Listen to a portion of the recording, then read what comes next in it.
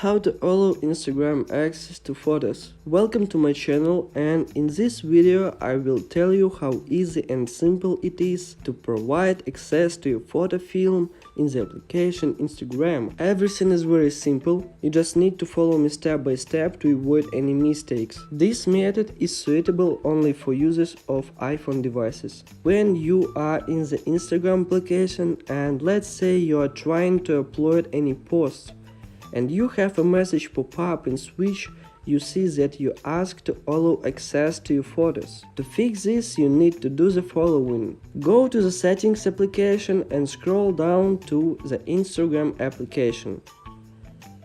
Click on it.